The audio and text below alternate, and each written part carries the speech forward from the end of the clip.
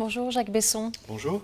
Vous êtes professeur de psychiatrie à l'Université de Lausanne et chef du service de psychiatrie communautaire au CHUV. Vous connaissez bien Dominique, qu'on a vu dans le reportage, et qui a cofondé donc ce GRAP en 2 mots. Dites-nous, le GRAP, qu'est-ce que c'est ? Alors, le GRAP, c'est un groupe d'aide et d'action psychiatrique qui est, dans le fond, une association en faveur de la solidarité et de l'aide aux patients psychiques et à leur entourage. Il y a aussi plus récemment une fondation qui offre des prestations de soutien dans tout le canton de Vaud pour les malades psychiques et leurs proches. Qui est venu alors apporter un soutien là où les personnes n'en trouvaient pas, en quelque sorte. Oui, de l'humanité, de la chaleur et de la solidarité. On est un peu frappé par ces témoignages. On entend rarement des personnes expliquer comme ça les délires qui les ont habités. Vous en croisez souvent. Enfin, je veux dire, il y a vraiment des personnes qui se prennent pour Jésus ou pour sa réincarnation. Oui, et c'est là que c'est important d'être un professionnel, c'est là que c'est important d'être un psychiatre qui connaît cette clinique particulière du délire mystique, parce qu'il faut avoir les idées claires sur la psychopathologie et ce qui est normal. Parce qu'un état mystique, ça peut être tout à fait normal. Il y a des états mystiques normaux. On peut faire peut-être un petit exercice très rapide. On peut dire dans l'état mystique normal, la personne est humble, elle se sent petite, elle a des états réversibles, elle peut aller revenir à la communauté, elle a parfois des moments de doute. Alors que dans le délire mystique, vous avez la psychopathologie du délire, c'est-à-dire des convictions inébranlables qui ne sont pas en accord avec la culture locale.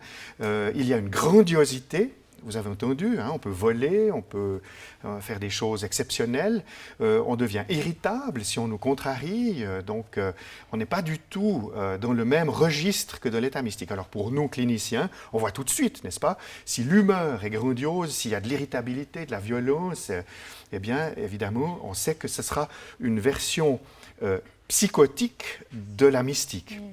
Alors, on va revenir à cette distinction parce qu'elle est très intéressante et fondamentale pour vous qui travaillez dans ce domaine. J'aimerais aussi accueillir Frédéric Le Gall. Bonjour. Bonjour. Vous êtes prêtre et aumônier à l'hôpital psychiatrique de Belle-Idée à Genève.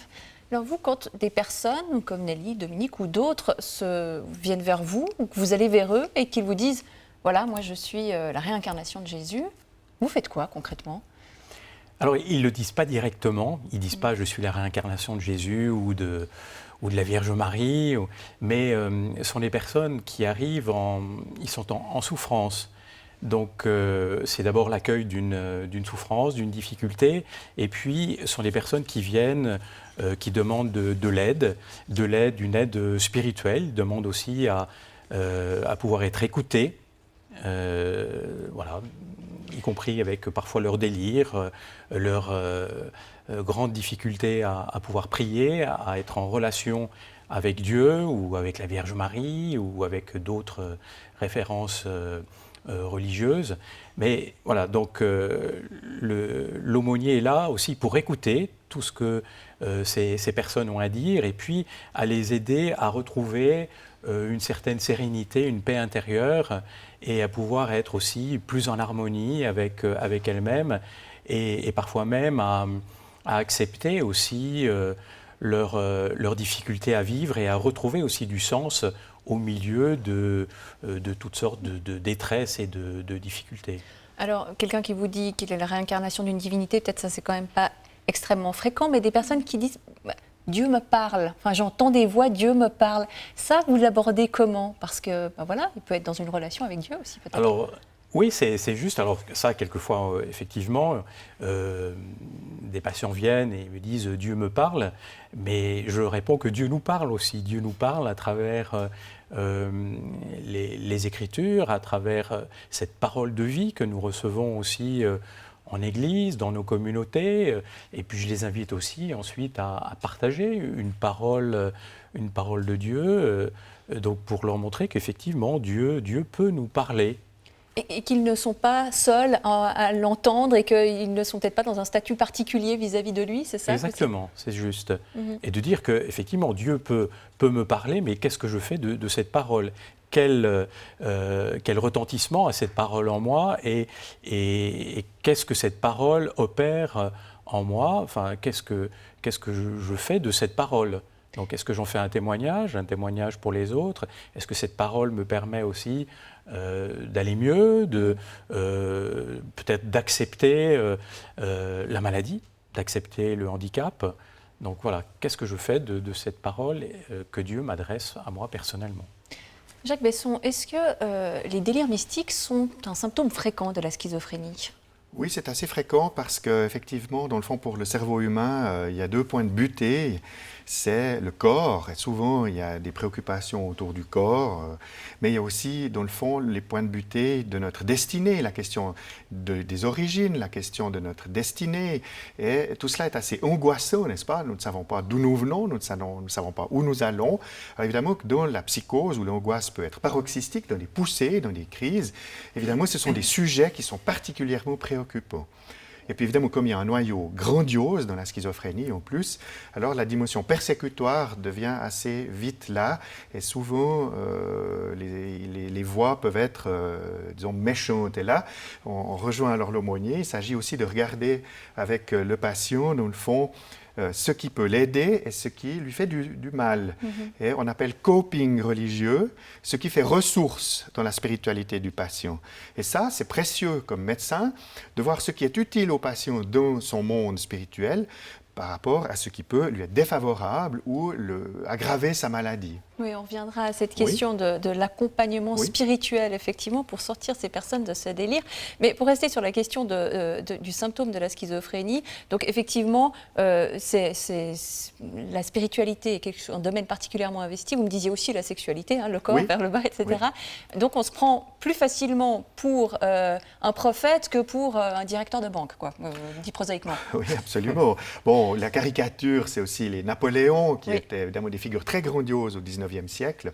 Aujourd'hui, les figures grandioses, il n'y en a plus beaucoup et je crois que les personnages religieux sont un bon matériel de grandiosité. Mais c'est aussi parce que les personnages religieux ont eux-mêmes entendu des voix. Enfin, les fondateurs des grandes religions, justement, sont des personnes qui avaient ce lien privilégié avec Dieu. Alors, pourquoi est-ce qu'eux ne seraient pas dans cette situation, finalement? Alors, ils n'ont pas entendu des voix, ils ont entendu une voix, la voix de Dieu. Et j'ai beaucoup aimé ce que vous avez dit tout à l'heure, parce que c'est vrai qu'il y a de nombreux fondateurs d'ordre qui ont passé pour fous à l'époque. Je pense à Saint Jean de Dieu au XVIe siècle, qui a entendu un prédicateur itinérant et qui a tout quitté et qui a été complètement incompris par ses contemporains et qui a été enfermé à l'Hôtel-Dieu. Donc il n'a pas été du tout reconnu dans sa démarche de conversion profonde. Et là, à l'Hôtel-Dieu, il a été battu, maltraité.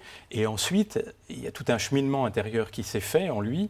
Et il a décidé d'aider des personnes qui étaient considérées comme fous ou folles, des prisonniers. Et il a fondé ses premières petites maisons dans lesquelles ces personnes ont été accueillies pour être soignées. Parce qu'autrefois, ces personnes étaient mises dans des prisons, emprisonnées, ou bien à l'Hôtel-Dieu étaient maltraitées. Alors vous citez Saint Jean de Dieu, mais on peut aussi penser à Nicolas de Flux, dont on fête aujourd'hui le jubilé cette année en Suisse, qui a aussi tout quitté, qui avait un comportement d'ascèse à la limite de l'anorexie. Enfin, on peut aussi trouver peut-être des pathologies derrière ces personnes-là.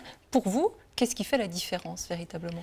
Alors la différence, alors il y a pour moi les saints fous. Les saints fous, ce sont ceux qui vivent vraiment comme disait tout à l'heure Dominique dans le reportage, voilà, bienheureuse folie, c'est la divine folie, c'est-à-dire que ce sont des hommes et des femmes qui ont tout quitté pour suivre le Christ, qui par amour du Christ, voilà, vivent ce dénuement, cette pauvreté, l'humilité, et par amour. Donc il y a une fécondité de cette démarche. Et puis, en revanche, la pathologie, enfin, Jacques Besson pourra aussi dire un mot tout à l'heure, mais la pathologie enferme le sujet, le patient, et le coupe de la relation. En fait, la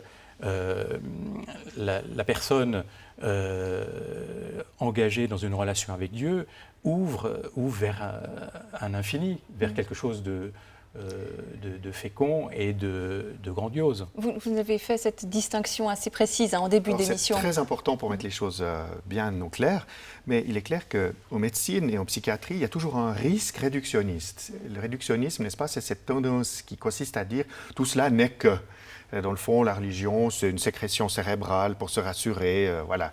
Alors que non, en fait, il y a parfois des pathologies, on peut évoquer l'épilepsie par exemple, qui est un domaine frontière, où des gens font des états modifiés de conscience qui peuvent être très inspirants et qui voient des choses dans leur monde intérieur. On peut évoquer l'épilepsie temporale par exemple, et il y a un groupe américain qui pense que Saint Paul de Tarse a fait une épilepsie temporale parce qu'il a été ébloui, il a fait une chute, il a été mutique et puis il a transformé sa personnalité. Ce sont des critères pour l'épilepsie temporale.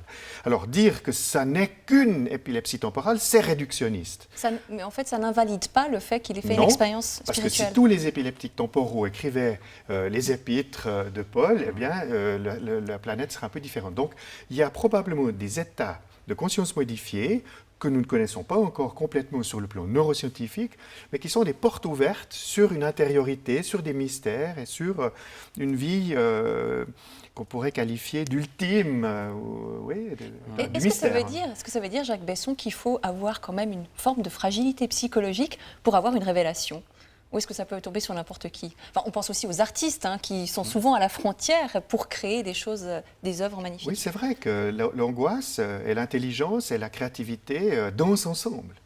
Et que d'avoir cette sensibilité à fleur de peau, oui, les grands artistes sont souvent des borderline. Et les bipolaires, les gens qui ont des phases maniaques et des phases mélancoliques, sont aussi des... Il y a beaucoup d'artistes réputés qui ont fait des choses magnifiques. On peut évoquer Luther, puisqu'on est au 500e anniversaire de la Réforme. Luther, quand il clouait ses 95 thèses sur la porte, il était plein d'énergie. Vous pensez qu'il était dans une phase maniaque, c'est ça? Je n'ai pas dit, mais c'est une hypothèse à considérer. Vous le disiez tout à l'heure, la spiritualité peut être une ressource. Vous parliez de coping religieux. Vous, comment est-ce que vous accompagnez spirituellement des personnes qui sont dans une forme de spiritualité qui n'est peut-être pas tout à fait celle qui est recommandée pour leur santé? Alors tout d'abord, je travaille en lien avec les soignants de l'hôpital, que ce soit les infirmiers ou les médecins, les psychiatres de l'hôpital. Il est évident que si une personne ou un patient est en pleine crise ou traverse un délire mystique, eh bien, on attendra un petit peu avant de leur rendre visite.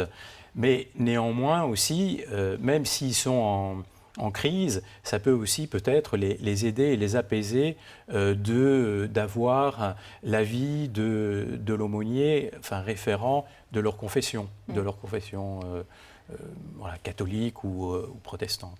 Mais justement, alors est-ce que vous pouvez intervenir auprès de personnes qui ont un délire ici qui est lié à leur religion? Je ne sais pas, quelqu'un qui est de confession musulmane ou un bouddhiste ou une personne qui pratique le vaudou. Est-ce que vous êtes habilité à faire cet accompagnement-là? Alors, avant tout, l'aumônier visite tous les patients de l'hôpital, toutes les personnes hospitalisées pour les aider justement à vivre le mieux possible ce temps d'hospitalisation et surtout aussi à pouvoir répondre à leurs demandes en ce qui concerne toutes les questions de spiritualité.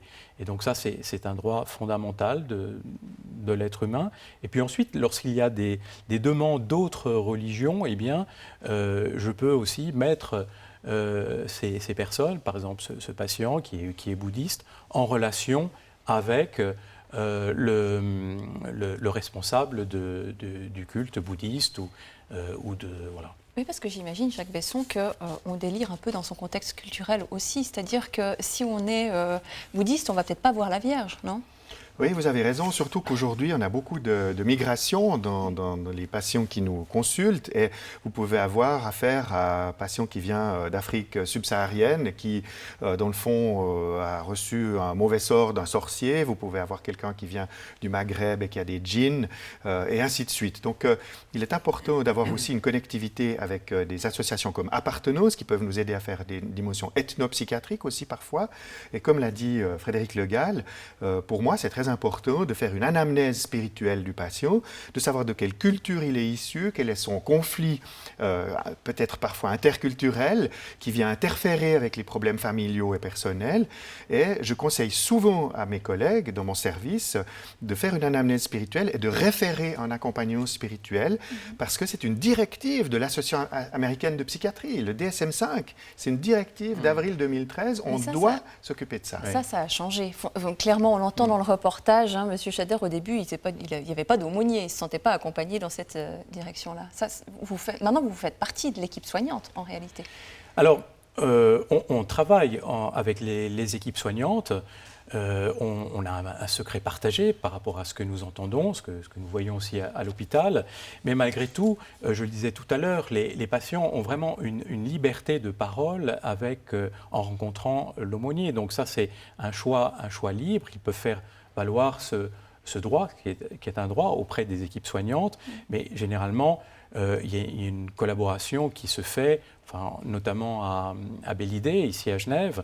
Il y a une bienveillance du personnel soignant qui nous permet aussi d'accompagner les demandes spirituelles des patients de l'hôpital. Donc ça, c'est vraiment extrêmement important dans la compétence, dans la réciprocité des compétences.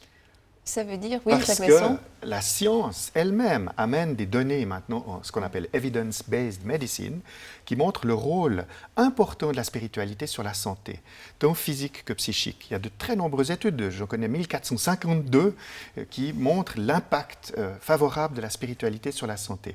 Mais il peut aussi y avoir parfois un impact défavorable dans certaines croyances marginales, ou on peut évoquer parfois la difficulté d'accès à la psychiatrie dans certaines subcultures. Mais disons, de manière générale, la spiritualité a montré son effet favorable dans le rétablissement, pour l'autonomie et pour le retour à la communauté. Ça peut être tant des activités de méditation qui permettent, dans le fond, d'améliorer l'autonomie du sujet, sa souplesse affective et cognitive. Dans les addictions, c'est très puissant. Par exemple, et c'est aussi la prière qui, dans le fond, permet au sujet de se distancer, de prendre du recul, de se situer dans le monde et parmi les humains. Donc on a une optique beaucoup plus transversale. Je vous remercie beaucoup, messieurs, d'avoir participé à cette émission. Merci à vous. Et si vous souhaitez y réagir, vous pouvez nous écrire à l'adresse fautpascroire@rts.ch ou alors poster un message sur notre page Facebook.